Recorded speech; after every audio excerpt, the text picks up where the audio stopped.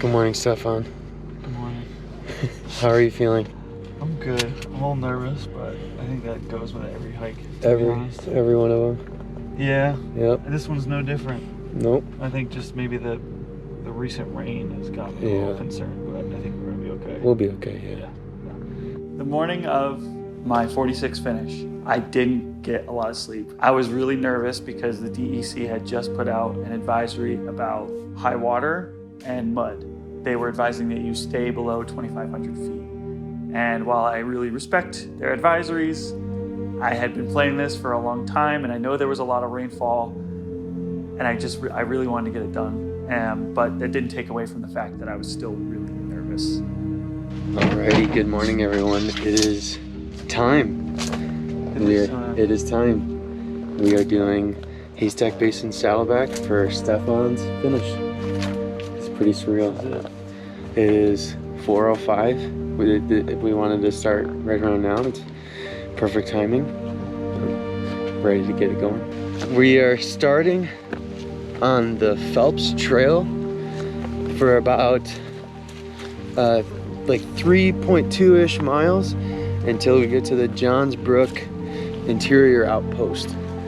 But yeah, I mean, once we got in the car and we started driving, I was like, okay, it's game time, we're going. Like, this is it. I don't know. We booked that. I'm still feeling good. A little, I mean, not even a little tired, but yeah, I don't know if I even got a full 2 hours, but yes, I feel all right. I feel now like it's crazy. Like you start that early, you get a wind because it's like a bit chilly and dark out, right. And then a second wind when the sun comes out.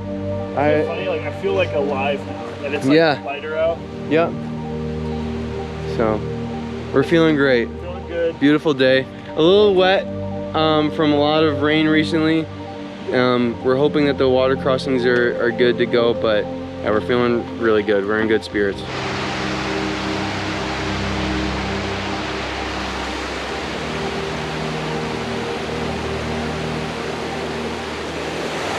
This is unreal.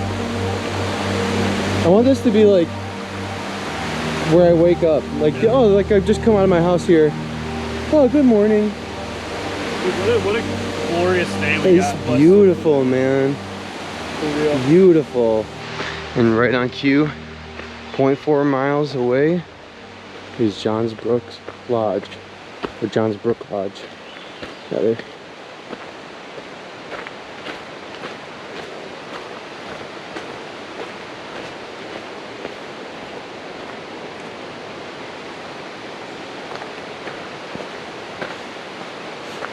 So this sign here, you go left to Saddleback, but we're not going to go that way. We're going to keep going straight that way to Haystack.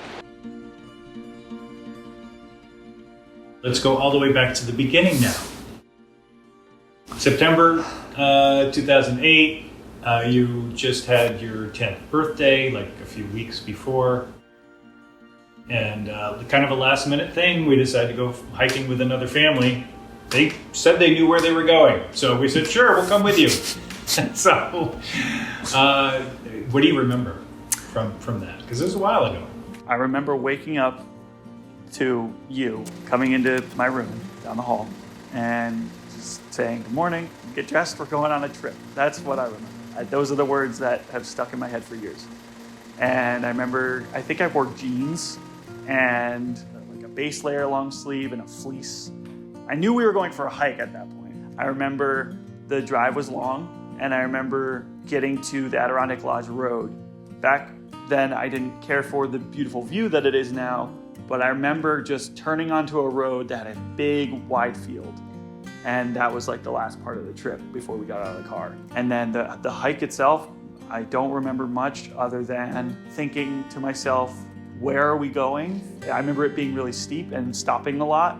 I remember it started getting foggy and we looked straight up this rock slide and we got to climb that. I just remember we kept going and it just felt like it was never going to end. And then eventually we get to tree line, the trees kind of disappear and it's all rocks and we're in a cloud. There's no view anywhere you go. It's just follow the rock cairns, the stacks of rocks all the way up to the top.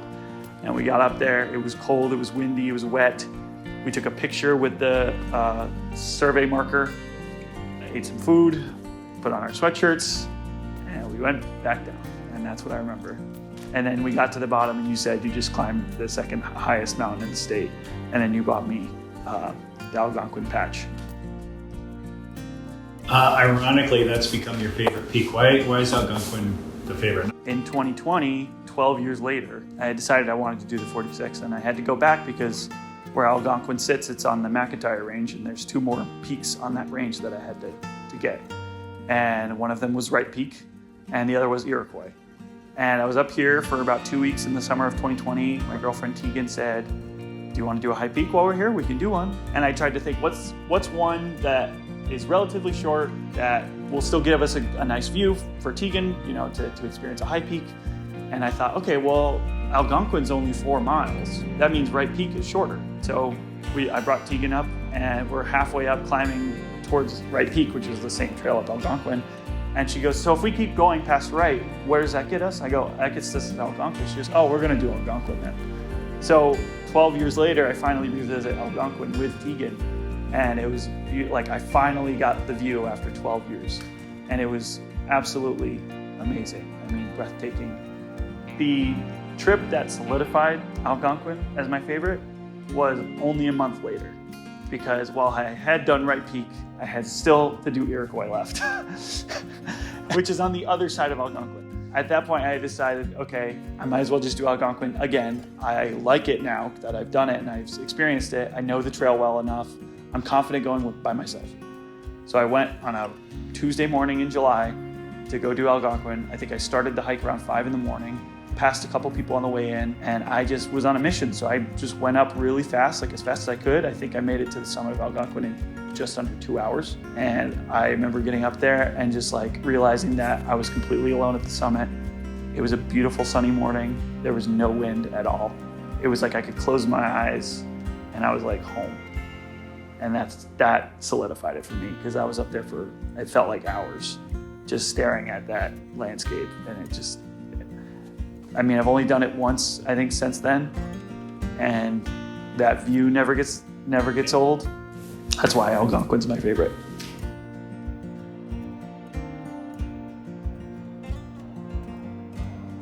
The most challenging hike is really difficult to choose because when I was younger, obviously hiking was a lot harder for me. I didn't quite have the mental capacity to stay positive all day and to remind myself that pain is only temporary and you're gonna get up to the summit, it's gonna be beautiful. I wasn't mentally strong enough to accept those things yet. And so when I was younger, all of the high peaks hikes I did were really, really frustrating. One of the hardest I did when I was younger was Big Slide, because I remember we had hiked Big Slide via the Brothers route, which is you get 3 peaks on the way up and they all have great views. And after you do the 3rd brother, you kind of duck into the woods for a while and it's just kind of meandering through the woods and you actually descend a little bit and then you start ascending and it just felt never ending. And I remember there's a picture of me and I'm just sitting on this rock because I remember just thinking to myself, where are we? Why am I walking in this like riverbed right now? And like, how much longer, And I was just exhausted. So that was the hardest for me, I think, mentally. There are no easy high peaks. There's no one mountain on this entire list that can be considered easy. I mean, sure, Cascade Mountain is only a 2.3 mile hike to the summit, but it gains almost 2,000 feet in elevation over rocky, rugged terrain. And I think that is one of the most underestimated aspects of these mountains. The trails up them are extremely rugged, rocky, muddy. Most of the time you're walking in or next to a stream because these trails were not cut the way trails are now. Most of them are not even close to being maintained in relation to national parks, trails, or the mountains out west. The Rocky Mountains may be taller, but the topography and the contour of these trails offer the same type of challenge, if not more. If you want to hike the Santanoni Range, that's an almost 17-mile day with close to 5,000 feet in elevation, filled with mostly unmarked and unmaintained trails, far, far away from any road or civilization. I mean, you are out there.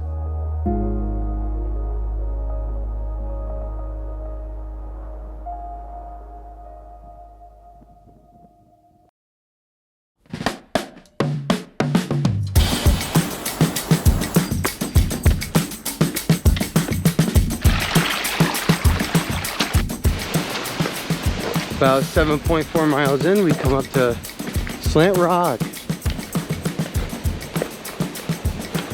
So we are 7.5 miles in. We are now at the Phelps Shorey Trail. You go left to the range trail, we're gonna go straight.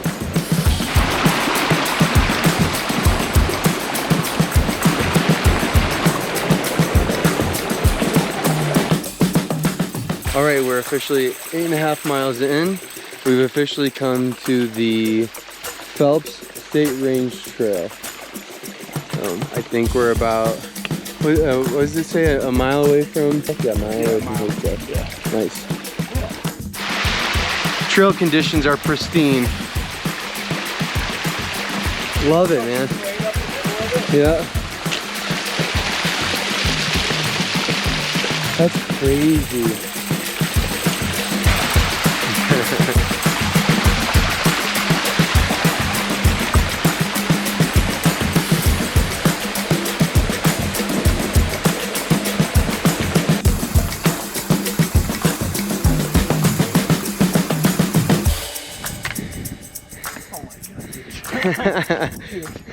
Oh my god. Crazy. Jeez. Oh my god.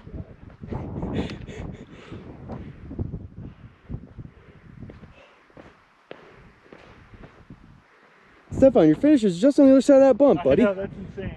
But we gotta go over there first. We got that, and then we got that. Then we gotta go over there.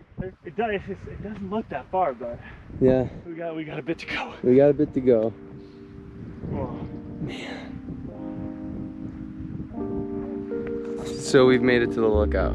All right, so we made it to the base of Little Haystack. This sign says Mount Haystack is a half mile away, which is bull crap because the other sign back there was 0.7 miles away, according to my watch. And that said it was only a mile, but whatever. It's the Adirondacks and that's just how that goes. So, but we're feeling good. Now it's time to get Little Haystack.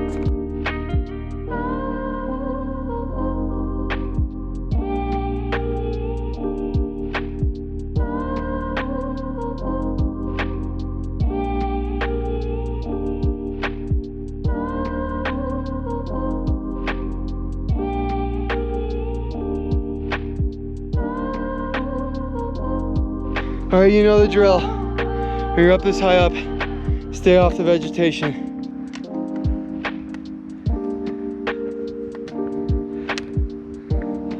Welcome to the summit of Haystack. Oh my gosh. Here it is.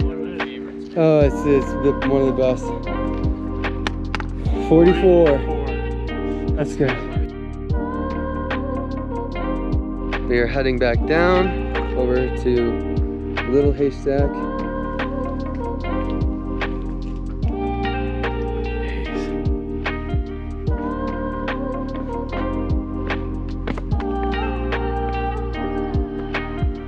We just made it back to the junction for Little Haystack into Basin. I think it's, yeah, like half mile or 0.7 miles down to the Cole.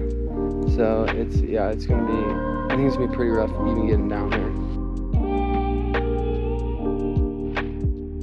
All right, we have made it to the Cole between Haystack and Basin.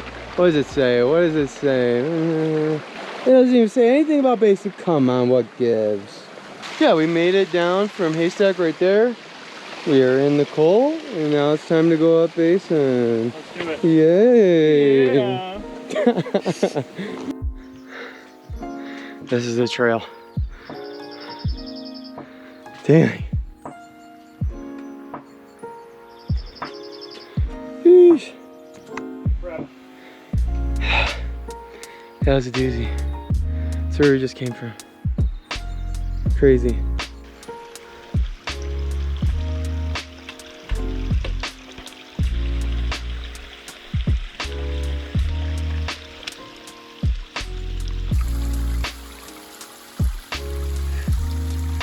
Holy cow.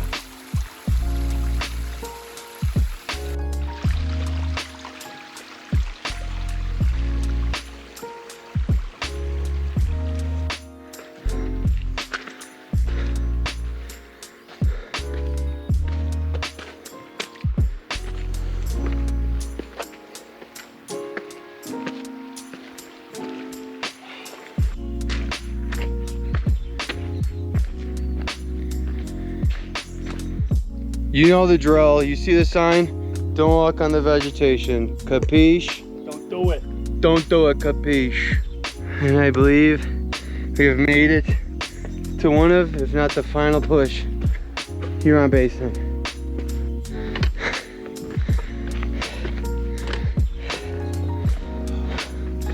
Welcome to the summit of Basin. Number what? 45. Let's go. 45. Oh man. Wow.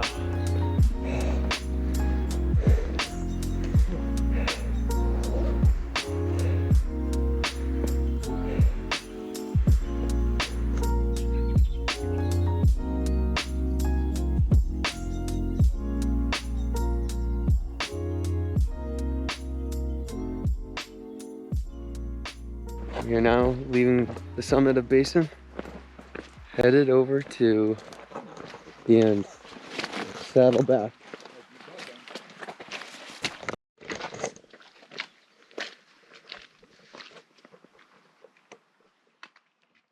We're going down Basin. Basin's really slow going. It's super steep going down. And we just stopped and took a minute, and I was like, wow, there it is. And he goes, dude, that's your finish. Like, that's it right there. And I think when he said it like that, it just like, it hit me like a brick wall. I was like, oh my God, you're right. I've been looking at that mountain for years and saying that's the one. That's it. And now I'm looking at it right now and I know that's it. I can't imagine. Oh. I gotta take it all in. Yeah, take it. No more aspiring to be a 46'er. After I summit that mountain, I will always be a 46'er. And I think that like hit really hard because you know, you work so hard at this thing and it's always like, there's another mountain to climb. There's another hike to do. There's another challenge. And there will always be other challenges, but specifically with Adirondack 46, I knew looking at that, I was like, this is it. And, you know, everything had worked out with the weather. You know, neither of us got hurt, thank goodness. And we were so close. We were right there. You guys had made it. And it was just like, even before we had gotten to the call, we just took a moment there because yeah, like he knows that. John knew that feeling. I didn't. And yeah, it hit me really hard there.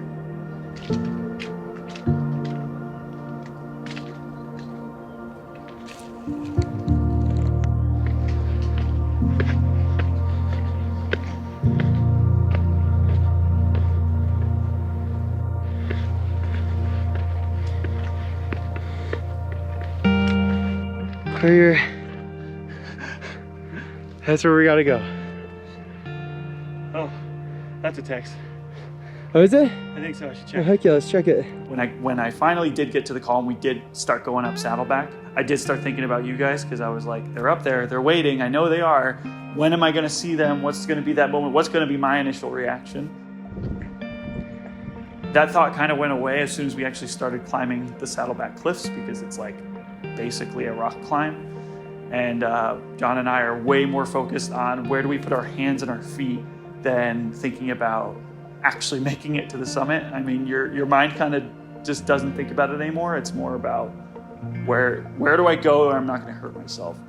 And then everything went away as soon as I saw you and Tegan at the top. You guys were waiting there, and like Tegan had the biggest smile on my face. You were filming, and like that was like the moment of relief because it was like there was like a couple more steps and that was it. It was over.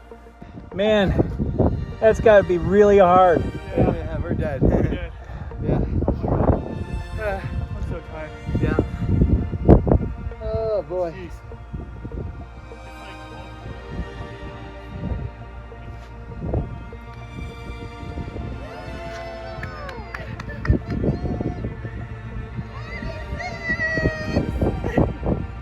Oh man.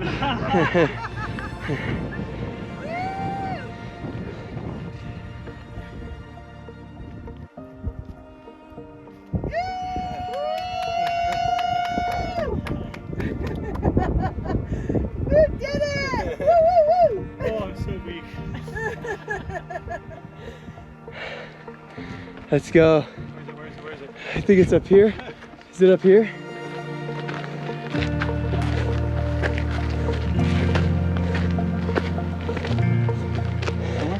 This is good enough. Yeah. What number is it? 46. Woo! Let's go. It's time. I want to congratulate you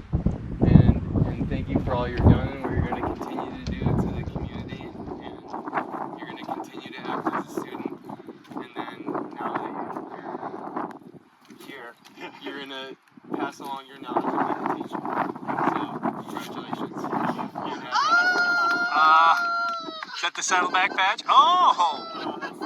Wow! Thank you, sir. I appreciate it so much.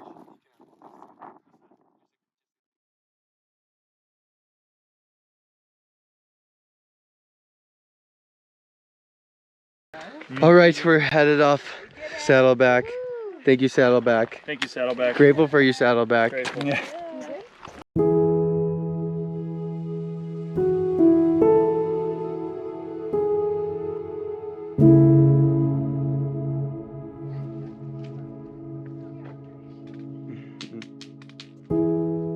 What helped me get through my journey once I had decided I wanted to do it was seeing other people accomplish their goals. Not even necessarily the 46.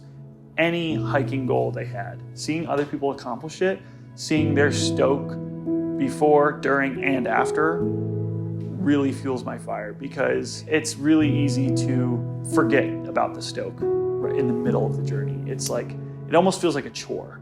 It's like, I gotta get these done. But if you forget about how important it is that you are excited to do it, then what's the point? You have to be excited. And seeing other people I know accomplish their goals, whether it was the 46 or something else, I saw how they felt, and I know I'm gonna feel that exact same way every single time. And it always feels so, so good. Seeing other people accomplish it when I necessarily wasn't in the Adirondacks, or I knew it was gonna be a long time before I could hike again, seeing other people do it really helped me.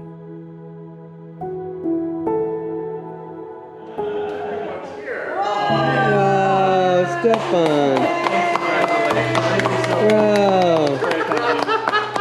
I wish I had a little candle.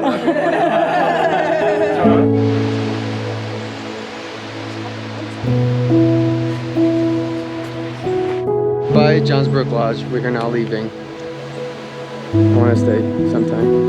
100%. But I wish I could just go back in time and tell younger me when he was sitting on that rock. When you are older, you are gonna love this so much that you are gonna be begging to come back to do this.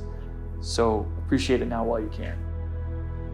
Because during my journey, living in New York City, it wasn't easy to not be here. Officially a half mile to the garden. I'm ready. Ready for Stewart's milkshake. Oh yeah. But seeing other people do it and hearing their stories and them sharing it really helped me, because it was like, I know that's exactly how I feel. Officially the end. That's it. Crazy. I can't believe it, dude. We made it back to the trailhead in one piece. That's what helped me get through when times were tough.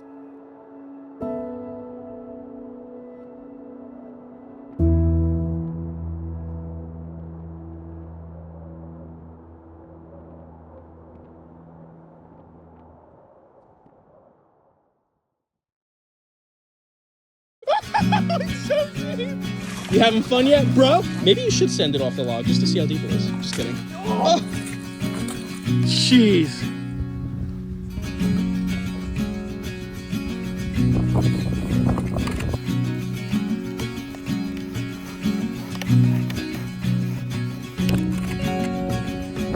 Nice.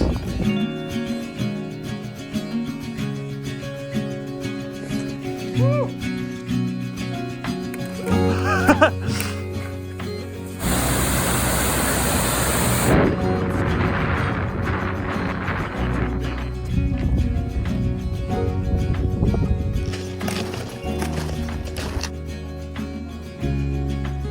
You can see McNaughton right there.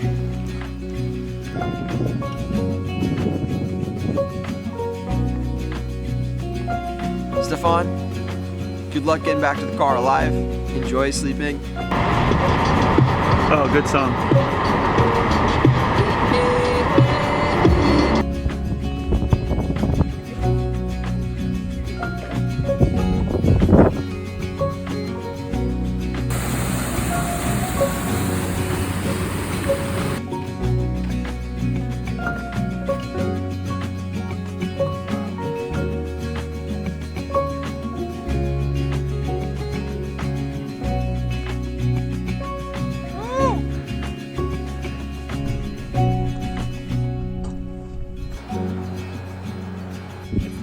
It's done. I'm tired, but it feels so good.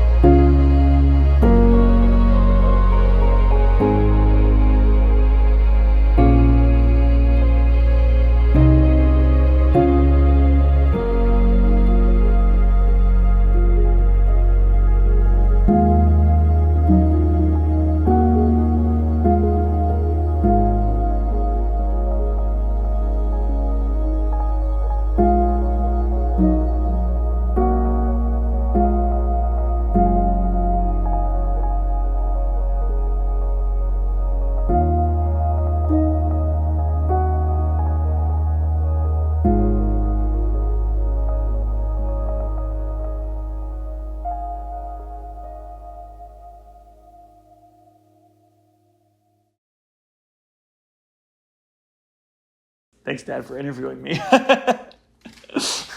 All right. Okay. Cut.